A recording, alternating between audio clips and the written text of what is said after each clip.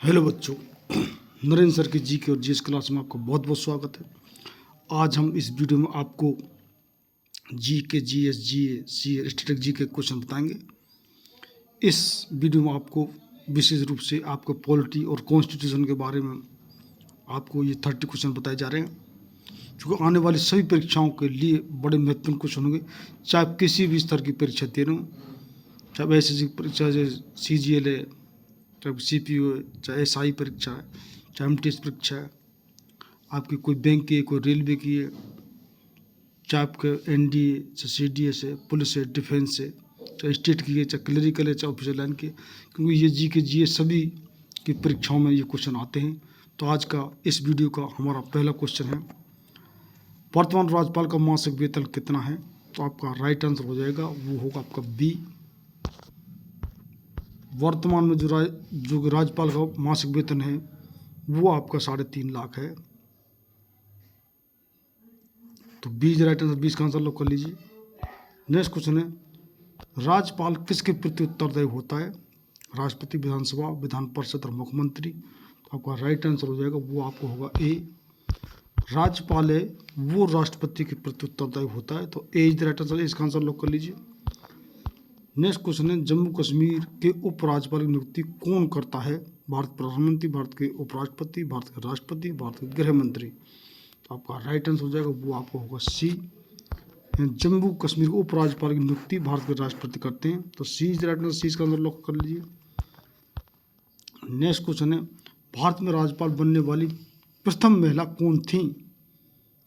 तो आपका ऑप्शन दिए हैं, आपका राइट आंसर हो जाएगा, वो आपको होगा B. B is the right answer. राज्यपाल बनने वाली प्रथम महिला सरोजिनी नायडू थी। तो B is the right answer, 20 का आंसर लॉक कर लीजिए। नेक्स्ट क्वेश्चन है, राज्य विधानसभा में आंग्ल भारतीय समुदाय के लिए प्रतिनिधित्व का प्रावधान भारत के संविधान के किस अनुच्छेद द्वारा किया गया है? तो आपका राइट आंसर हो जाएगा, वो होगा आपका सी, अनुच्छेद 333 के द्वारा, चूँकि राज्य विधानसभा में आंग्ल भारतीय समुदाय के लिए प्रतिनिधित्व का प्रावधान किया गया है भारतीय संविधान में। तो सी इज राइट आंसर, इसका आंसर लोग कर लीजिए। नेक्स्ट क्वेश्चन, भारत में राज्य विधानमंडलों का उच्च सदन कौन सा है? तो ये बिल्कुल जैसे हमारे केंद्र में है लोकसभा, राज्यसभा, तो इसी तरह इसमें है विधानसभा और विधान परिषद। तो आपका राइट आंसर हो जाएगा, वो आपका होगा सी। जो उच्च सदन है वो विधान परिषद और जो निम्न सदन है वो विधानसभा। इस तरीके से केंद्र में जो उच्च सदन वो होता है आपकी राज्यसभा और जो कि निम्न सदन होता है वो होती है लोकसभा। तो सी इज राइट आंसर, सी इसका आंसर लॉक कर लीजिए। नेक्स्ट क्वेश्चन है, राज्य के वित्तीय लेखों पर कौन नियंत्रण रखता है? नियंत्रक और महालेखा परीक्षक कैग, आंतरिक राजस्व सेवा IRS, प्रमाणित राज्य जो कि सार्वजनिक लेखा CPA और लेखा महानिदेशक जो कि CGA। तो आपका राइट आंसर हो जाएगा, वो आपका होगा ए इज द राइट आंसर। तो ए इसका आंसर लॉक कर लीजिए। नेक्स्ट क्वेश्चन है, विधान परिषद की किसी साधारण विधेयक को अधिकतम कितने समय तक रोक सकती है? तो आपका राइट आंसर हो जाएगा, वो आपका होगा सी इज द राइट आंसर। 4 माह तक जो कि विधान परिषद किसी भी साधारण विधेयक को अधिकतम रोक सकती है, 4 माह। तो सी इज द राइट आंसर, सी इसका आंसर लॉक कर लीजिए। नेक्स्ट क्वेश्चन है, भारतीय संविधान किस अनुच्छेद के अंतर्गत विधानसभा को विधान परिषद का सृजन एवं समाप्त करने का अधिकार प्राप्त है? तो आपका राइट आंसर हो जाएगा, वो होगा बी इज राइट आंसर। यानी अनुच्छेद 169 के तहत जो कि विधानसभाओं को राज्य में विधान परिषद का सृजन और उसे समाप्त करने का अधिकार खुद विधानसभा को ही है। तो विधान परिषद कितनी राज्यों में है और कितने राज्यों में विधान परिषद नहीं है। ये हमारे बिल्कुल सेम केंद्र की तरह है लोकसभा, और जैसे राज्यसभा विधान परिषद है जो राज्यसभा की तरह है। तो बी इज राइट आंसर, 20 का आंसर लॉक कर लीजिए। हम आपको क्वेश्चनों को बिल्कुल इस तरीके से रटा देंगे कि आपको परीक्षा में आ जाए तुरंत आप टिक कर देंगे। नेक्स्ट क्वेश्चन हो जाएगा, राज्य की विधानसभा में सदस्यों की संख्या किस अनुच्छेद में निर्धारित की गई है? तो आपका राइट आंसर हो जाएगा, वो आपको होगा सी इज राइट आंसर। अनुच्छेद 170 के अंदर जो राज्य के विधानसभा के सदस्यों की संख्या जो निर्धारित की गई है तो अनुच्छेद 300 जो 170 सॉरी, सी इज राइट, सी इसका आंसर लॉक कर लीजिए। नेक्स्ट क्वेश्चन है, राज्य विधानसभा के निर्वाचन का संचालन कौन करता है? भारत का निर्वाचन आयोग, भारत का निर्वाचन राज्य का निर्वाचन आयोग और विधानसभा अध्यक्ष और राज्यपाल। आपका राइट आंसर हो जाएगा वो आपका होगा ए। राज्य के विधानसभा और निर्वाचन संचालन भारत का निर्वाचन आयोग करता है, तो ए इज द राइट आंसर, इसका आंसर लॉक कर लीजिए। नेक्स्ट क्वेश्चन है, भारत के किस राज्य में समान नागरिक संहिता लागू है? अभी कई राज्यों में प्रक्रिया चल रही है और ये एक राज्य जिसमें कि समान नागरिक संहिता यूसीसीसी जो कि लागू हो चुकी है। आपका राइट आंसर हो जाएगा वो आपका होगा ए। समान नागरिक संहिता जो कि गोवा में लागू हो चुकी है, उत्तराखंड में इसका थोड़ी चर्चा चल रही है और यूपी में भी। तो ये समान नागरिक संहिता यूसीसी होता क्या है, ये कितने अभी अच्छे से लोग ये जो कि कॉमन लोग वो नहीं जानते, राजनीति को सबको मालूम है कि जो हमारे धर्म के आधार पर जो हमारा संविधान जो नियम है, कानून नियम, वो अलग अलग बना रखें। जो कि क्रिमिनल लॉ, जो लॉ दो प्रकार होते हैं, क्रिमिनल लॉ और सिविल लॉ। तो क्रिमिनल लॉ तो सबके लिए समान है, चाहे हम हिंदू है, चाहे मुस्लिम है, चाहे सिख है, ईसाई है, चाहे मेजोरिटी में, चाहे आपके माइनॉरिटी में। लेकिन जो सिविल लॉ है वो अलग अलग बना रखे, हिंदू के लिए अलग है, सिख के लिए, माइनॉरिटी के लिए जो कि आपका अलग है, मुस्लिम के लिए अलग है। तो इसलिए यानी कि एक देश और एक कानून, ये समान नागरिक संहिता की जो कि मांग है कि पूरे देश में जो लागू होने की प्रक्रिया भी चल रही है। अब राज्य से स्टार्ट है, फिर आगे भी जो इस समय जो कि वर्तमान सरकार है इसका आगे भी यही एजेंडा है। तो ए इज राइट आंसर, इसका आंसर लॉक कर लीजिए। नेक्स्ट क्वेश्चन है, राज्य का विधानसभा अध्यक्ष स्पीकर अपना त्यागपत्र किसे सौंपता है? तो आपका ऑप्शन डी है, राज्यपाल को, उच्च न्यायालय को, मुख्यमंत्री को और उपाध्यक्ष को। तो आपका राइट आंसर हो जाएगा वो होगा आपका D. D is the right answer. यानी जो राज्य जो विधानसभा का जो अध्यक्ष है, स्पीकर है, वो उपाध्यक्ष को अपना त्यागपत्र सौंपता है। इसी तरह लोकसभा में यही प्रक्रिया है कि आपका जो कि स्पीकर है वो जो कि उपाध्यक्ष को ही अपना जो कि जो त्यागपत्र सौंपता है। तो D is right answer, D का आंसर लॉक कर लीजिए। नेक्स्ट क्वेश्चन है, विधानसभा के सदस्यों की निहिताओं से संबंधित प्रश्नों पर अंतिम निर्णय किसके द्वारा लिया जाता है? तो आपका राइट आंसर हो जाएगा वो आपको होगा D. D is the right answer, राज्यपाल द्वारा। तो डी का आंसर लॉक कर लीजिए। नेक्स्ट क्वेश्चन है, विधानसभा सदस्य निर्वाचन होने के लिए न्यूनतम आयु क्या है? तो ये आपका राइट आंसर हो जाएगा वो आपका होगा डी। विधानसभा सदस्य निर्वाचन हेतु न्यूनतम आयु वो 25 वर्ष है। इसी तरह से लोकसभा के लिए भी 25 वर्ष ही है, राज्यसभा के लिए 30 वर्ष है और जो कि राष्ट्रपति की जो निर्वाचन के लिए आपकी योग्यता न्यूनतम आयु 35 वर्ष है और सरपंच और जो प्रधान और ये जो चुनाव होते हैं ग्रामीण स्तर पर, ये उनको लिए 21 वर्ष है। इस तरह से ये योग्यता तो विधानसभा सदस्य के लिए भी और लोकसभा सदस्य के लिए भी 25 वर्ष और प्रधानमंत्री के लिए 25 वर्ष ये उम्र होना आवश्यक है। तो डी डायरेक्टर, डी का आंसर लॉक कर लीजिए।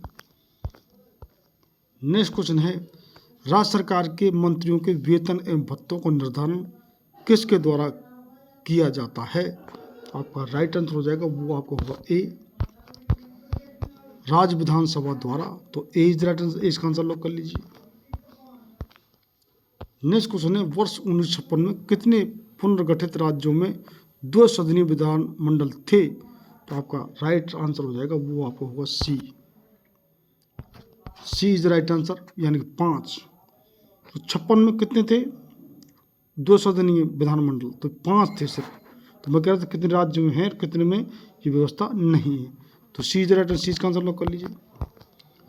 नेक्स्ट क्वेश्चन है, प्रथम महिला मुख्यमंत्री भारत के किस राज्य में बनी थी? मुख्यमंत्री बताना है, राज्यपाल आपको पता चले कौन रह चुके हैं, सरोजिनी नायडू। तो मुख्यमंत्री आपका राइट आंसर हो जाएगा वो आपको होगा डी। ये जो कि उत्तर प्रदेश में जो कि पहली महिला मुख्यमंत्री। तो डी, और आपको कमेंट बताना ये कौन बनी थी। D is the right answer, D का आंसर लॉक कर लीजिए। नेक्स्ट क्वेश्चन है, अंडमान निकोबार द्वीप समूह किस उच्च न्यायालय के क्षेत्र के अंतर्गत आते हैं? तो आपका राइट आंसर हो जाएगा वो आपका होगा ए। ए इज राइट आंसर। कलकत्ता उच्च न्यायालय, तो ए इसका आंसर लॉक कर लीजिए। नेक्स्ट क्वेश्चन है, उच्च न्यायालय के न्यायाधीशों के वेतन और भत्ते किस निधि से दिए जाते हैं? तो आपका राइट आंसर हो जाएगा वो आपको बी, राज्य की संसद निधि से, तो बी इज राइट आंसर, बीस का आंसर लॉक कर लीजिए। नेक्स्ट क्वेश्चन है, उच्चतम न्यायालय के निर्णय से पूर्व किसी उच्च न्यायालय ने यह निर्णय दिया कि एक ही बार में 3 बार तलाक कहने से तलाक होना गैर कानूनी है? आपका राइट आंसर हो जाएगा वो आपको होगा ए, यानी कि इलाहाबाद उच्च न्यायालय, तो ए इज राइट आंसर, इसका आंसर लॉक कर लीजिए। नेक्स्ट क्वेश्चन है, एक उच्च न्यायालय का न्यायाधीश अपना त्यागपत्र किसे संबोधित करता है? तो अपना जो कि राइट आंसर हो जाएगा वो आपको होगा सी, यानी उच्च न्यायालय का जो न्यायाधीश अपना त्यागपत्र राष्ट्रपति को संबोधित करता है, तो सी इज राइट आंसर, सी का आंसर लॉक कर लीजिए। नेक्स्ट क्वेश्चन, उच्च न्यायालय के न्यायाधीश की सेवानिवृत्ति की आयु क्या है? तो आपका राइट आंसर हो जाएगा वो आपका होगा डी, यानी उच्च न्यायालय के न्यायाधीश की जो सेवानिवृत्ति की आयु है वो है 62 वर्ष, तो D is right answer, D का आंसर लॉक कर लीजिए। नेक्स्ट क्वेश्चन, जब सर्वोच्च न्यायालय किसी व्यक्ति अथवा संस्था को उसके दायित्व के निर्वहन हेतु रिट जारी करता है तो उस लेख को क्या कहते हैं? परमानेंट, निषेध, क्यू वारंटो और सर्टी ओरिएटरी। आपका राइट आंसर हो जाएगा वो आपको होगा ए, ए इज राइट आंसर, यानी परमादेश, तो ए इसका आंसर लॉक कर लीजिए। नेक्स्ट क्वेश्चन है, भारत में उच्च न्यायालय कुल संख्या कितनी है? तो आपका राइट आंसर हो जाएगा वो होगा ए, भारत में उच्च न्यायालय संख्या 25 है, तो ए इज राइट आंसर, इसका आंसर लॉक कर लीजिए। नेक्स्ट क्वेश्चन है, राज्य के उच्च न्यायालयों का मुख्य क्षेत्राधिकार के अंतर्गत कौन सा अधिकार नहीं आता है? तो आपका राइट आंसर हो जाएगा वो होगा आपको बी, परामर्श संबंधी क्षेत्राधिकार, तो बी इज राइट आंसर, 20 का आंसर लॉक कर लीजिए। नेक्स्ट क्वेश्चन है, अधीनस्थ न्यायालयों की कार्य पद्धति का परीक्षण कौन सी याचिका करती है? आपका राइट आंसर हो जाएगा वो आपका होगा D, D is the right answer, उत्प्रेषण, तो डी इसका आंसर लॉक कर लीजिए। नेक्स्ट क्वेश्चन है, भारत के संविधान के अनुसार जिला न्यायाधीश के अंतर्गत कौन सम्मिलित नहीं होता है? तो आपका राइट आंसर हो जाएगा वो आपका होगा ए, यानी कि अधिकरण न्यायाधीश, तो ए इसका राइट आंसर लॉक कर लीजिए। नेक्स्ट क्वेश्चन है, निर्वारक जो कि निरोध के अंतर्गत एक व्यक्ति को बिना मुकदमा चलाए कितने समय तक बंदी बनाकर रखा जा सकता है? तो आपका राइट आंसर हो जाएगा वो आपका डी, 3 माह तक, तो D is right answer, D का आंसर लॉक कर लीजिए। नेक्स्ट क्वेश्चन है, इलाहाबाद उच्च न्यायालय गठन कब हुआ था? तो आपका राइट आंसर हो जाएगा वो आपका सी, सी इज राइट आंसर, 1866 में। तो इस तरीके से ये हमारे क्वेश्चन जो कि सभी आपके जो कि पॉलिटी संबंधित और जो कि न्यायालय संबंधित जो कानून प्रक्रिया संबंधित रहे, तो हम आपको मिक्सचर भी क्वेश्चन बता रहे हैं और स्पेशली पॉलिटी पर, हिस्ट्री पर, साइंस पर, आपके स्पोर्ट्स पर, हम जो अलग अलग से सभी विषयों पर जो भी जी के जीएस है, करंट अफेयर पर हम अलग से वीडियो बना रहे हैं। तो ये अलग से बना रहे हैं और आपका मिक्सचर भी जिस तरीके से पेपर आता है, तो निश्चित रूप से जिन बच्चों ने चैनल सब्सक्राइब नहीं किया चैनल सब्सक्राइब जरूर कर लेंगे।